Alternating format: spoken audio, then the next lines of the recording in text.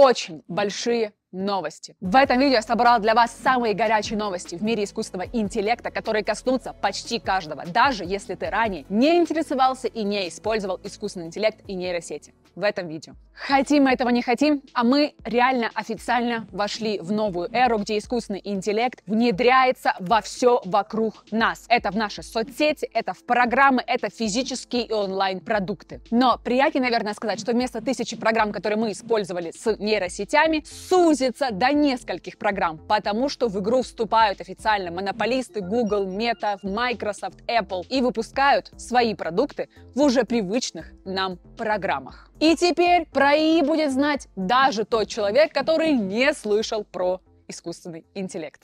Первые новости у меня будет от Meta, бывший Facebook, так как это коснется абсолютно каждого, кто использует те же мессенджеры WhatsApp, Facebook и Instagram. Недавно у них была конференция, где они объявляли их новые обновления, что их ждет в будущем, что уже появляется. И из всей конференции я выбрала для вас 3 самые крутые новости, которые будут, думаю, актуальны для вас. Это будут очки, которые будут распознавать все вокруг. Это будут персонализированные боты тебя, которые будут выполнять и общаться за тебя в мессенджерах и многое другое. Первая новость, которая мне понравилась больше всего, а именно называется она Meta AI. Она основана на движке Llama 2. Кстати, многие говорят, что Llama 2 он намного круче того же OpenAI, чата GPT. Она, как ChatGPT, способна вести те же разговоры на различные темы, но вдобавок в Meta AI она сможет еще генерировать картинки и в будущем сможет даже работать с аудио и музыкой. Но самое интересное, ребят, что Meta AI, она будет интегрирована в наши соцсети. Соцсети, которые принадлежат Meta. А это у нас Instagram, это у нас Facebook, это у нас WhatsApp.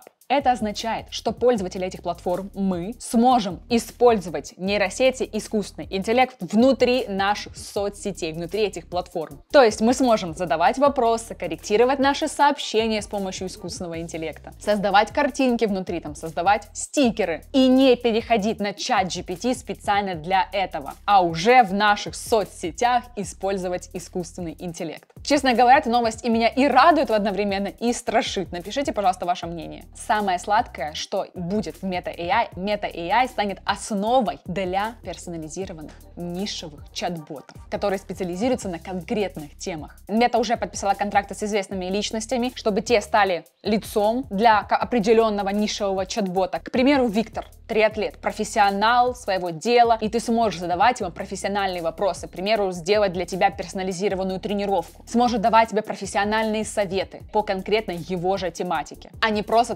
общедоступную информацию, которая есть же в чате GPT. То есть, еще раз уточню, это не просто чат-бот, который назван профессиональным тренером. Эти чат-боты натренированы на специальных людях. Или, к примеру, Лили, твой персональный редактор или партнер в письме. Она пишет книги, она обучает в университетах письму. И все вот эти знания, которые есть у конкретного человека, они занесены в этого чат-бота, и он сможет тебе помогать прям супер специализированно по конкретной теме. Но и это не все. Самое интересное, что помимо того, как мы сможем использовать этих чат-ботов, уже натренированных Meta, ты сможешь создавать своих персонализированных чат-ботов. Ты профессор, ты тренер-коуч, у тебя есть диссертации, книги, которые ты написал. Ты сможешь загрузить все свои знания в этого чат-бота, и этот чат-бот сможет общаться за тебя с твоими клиентами, пока ты спишь в твоих же соцсетях, не где-то на сайте отдельном, а в Инстаграме, Фейсбуке, WhatsApp. Они особенно выделили это, будет очень полезно для бизнесов. Ты сможешь загрузить всю свою базу данных по своим клиентам, у тебя есть страничка в Инстаграме, сможешь загрузить все свои цены, все свои одеждочки, к примеру,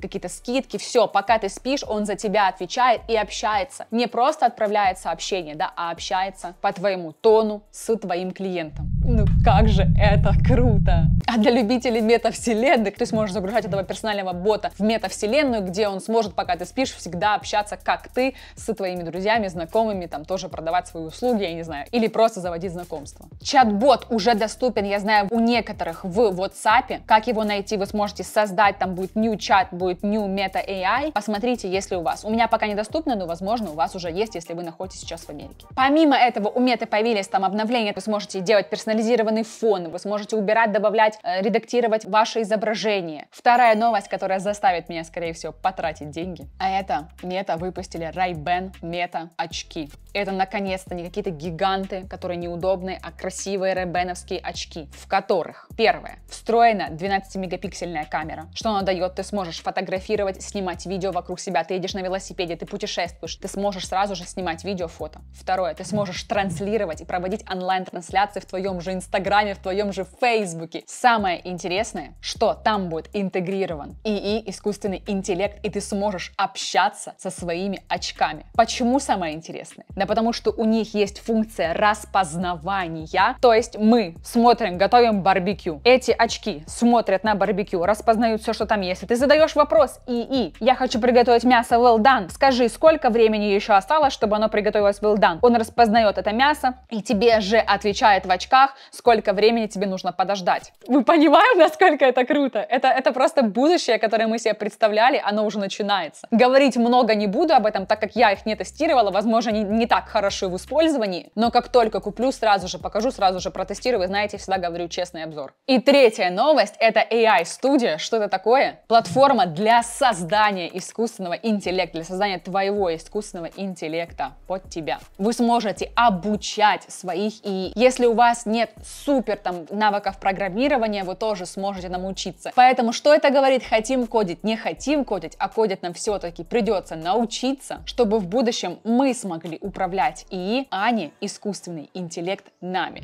Крутая новость и возможность от спонсора нашего сегодняшнего видео онлайн-школы Skill Factory. А именно курс Full Stack разработчик, где вы научитесь с нуля программировать на языке Python. На самом популярном языке, который как раз сейчас используют для создания нейросетей, ботов, сайтов и приложений. Язык простой, несложную программу вы сможете написать уже в первый день обучения. И в отличие от других специалистов, Full Stack разработчик как раз создает проекты от и до, а не какую-то отдельную часть. И поэтому зарплата у таких разработчиков стартует уже в наших странах от $3000, а в США от $7000. И на курсе у вас будет ментор, который будет вам подсказывать и поддерживать на каждом этапе. И самое приятное, почему я решила взяться за эту рекламу, что во время обучения вы сделаете уже 10 своих проектов. То есть это не просто теория, а это сразу же практика, что станет преимуществом для вас в поиске работы. Регистрируйтесь по ссылке в описании или через QR-код. Ну а самое приятное, зарегистрировавшись по моей ссылке в веб, вы получите скидку 45% на обучение и мини-курс по нейросетям в подарок. С метой разобрались, переходим к другой новости от чата GPT. Чат GPT теперь у нас может видеть, слышать и говорить. Эта новость не новая, я о ней рассказывала уже в телеграм-канале, но решила записать, вдруг кто-то из вас до сих пор не слышал. Некоторые функции у меня пока еще не работают, поэтому буду показывать материалы, которые опубликовал сам OpenAI. Что означает функция «видеть»? Теперь ты сможешь загружать фотографию, изображение чего-либо и спрашивать по ней вопросы. К примеру, разработчики загрузили фотографии байка, спрашивают, что не так с байком. Он говорит, проблема в сидении.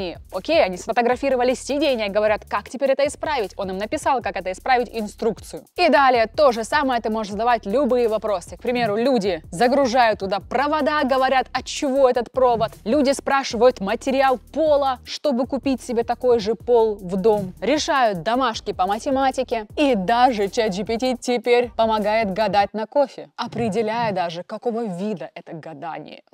Следующее. Говорить. Теперь он сможет тебе отвечать, ты сможешь выбирать голос, которым он тебе сможет отвечать, и также ты сможешь голосом ему наговаривать. Я, кстати, этой функцией пользуюсь на телефоне очень часто. Супер спасает меня. Когда я хочу быстренько что-то надиктовать, и помоги мне упорядочить мои мысли, он мне их упорядочивает. Третья новость. Теперь мы сможем там генерировать картинки, подключается DALL-E 3 к чату GPT. Кстати, DALL-E 3 тоже у него обновление, где он генерирует картинки намного лучше, чем ранее. И теперь мы сможем генерировать картинки, не уходя из чата внутри него. Ну и четвертая новость — это то, что возвращается к чату функция поиска в интернете. Они подключают браузер Bing, и теперь чат не будет говорить, что у меня нет этой информации, так как он может пойти в интернет и поискать эту информацию. Но, честно говоря, я тестировала эту функцию, и работает она 50/50. Периодически ищет, периодически отказывается искать, обещая мне пойти поискать, в итоге так и не начиная свой поиск. Следующая новость от Windows, от очередного гиганта, а именно Windows внедряет искусственный интеллект внутрь ваших компьютеров. Если вы обладатель Windows, вы теперь сможете обновить версию Windows 11, и у вас будет ИИ, Copilot внизу, внедрен в ваш компьютер автоматически. Уже не нужно будет заходить в какие-либо программы. Заходите в Copilot, можете генерировать картинки, тексты, писать, все, что доступно, в принципе, в Bing. Но помимо этого вы сможете еще и управлять вашим компьютером, он будет внедрен в компьютер. То есть вы сможете написать функцию там «Открой мне что-нибудь», он тебе это откроет. Проанализируй, найди мне файл, все сможет это сделать. У меня Mac, я не могу проанализировать, насколько хорошо он работает, но почитав комментарии в Твиттере, говорят некоторые, что работает он пока медленно. Но, скорее всего, они это починят, раз они это внедрили, и вам больше не нужны будут сторонние программы. Apple, кстати, тоже поговаривает о своем искусственном интеллекте, типа чата GPT, но ничего конкретного не говорит, хотя почему-то они до сих пор этого не сделали.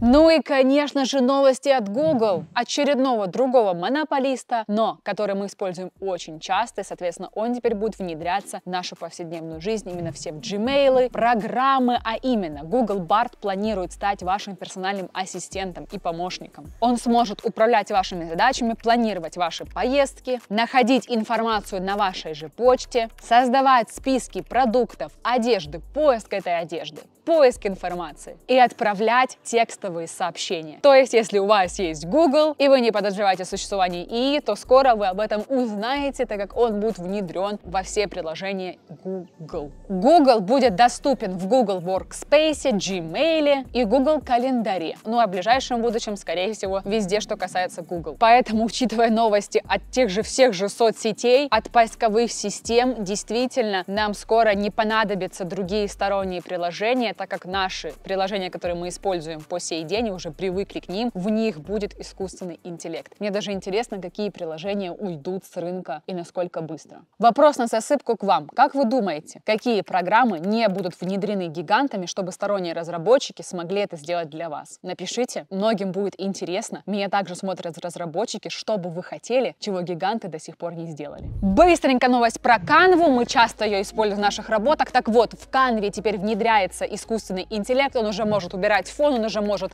убирать всякие разные объекты, добавлять объекты, но Canva очень стремительно внедряет искусственный интеллект, и теперь в Canva вы сможете создавать картинки, создавать видео. Ну и, конечно же, как я говорила, они внедряются все больше и больше в физические продукты, и компания Rewind, о которой мы с вами говорили очень-очень давно, еще в самом начале, которая записывает, в принципе, в браузере все, что вы делаете, теперь выпускает физический продукт, а именно такой как бы аксессуар, который будет слышать все, что ты говоришь в течение дня. И эта информация, она не будет отправляться в клауды, а будет отправляться на ваш телефон, будет суммироваться, порядочиваться. К примеру, ты идешь на какую-то конференцию, ты говоришь с людьми, ты сможешь взять эту штучку, надеть на себя, разговаривать со всеми, а потом прийти и просто все, что ты говорил, посмотреть, записать, отсортировать и так далее. Как вы относитесь к этому? Ну и быстренькая новость от Spotify. Любителям Spotify, любителям слушать подкасты, либо у вас мечта была записать свой собственный подкаст, но вы не говорите на английском языке, Spotify вводит функцию клонирования голоса, и теперь вы сможете слушать ваши подкасты на другом языке, также переводить свои подкасты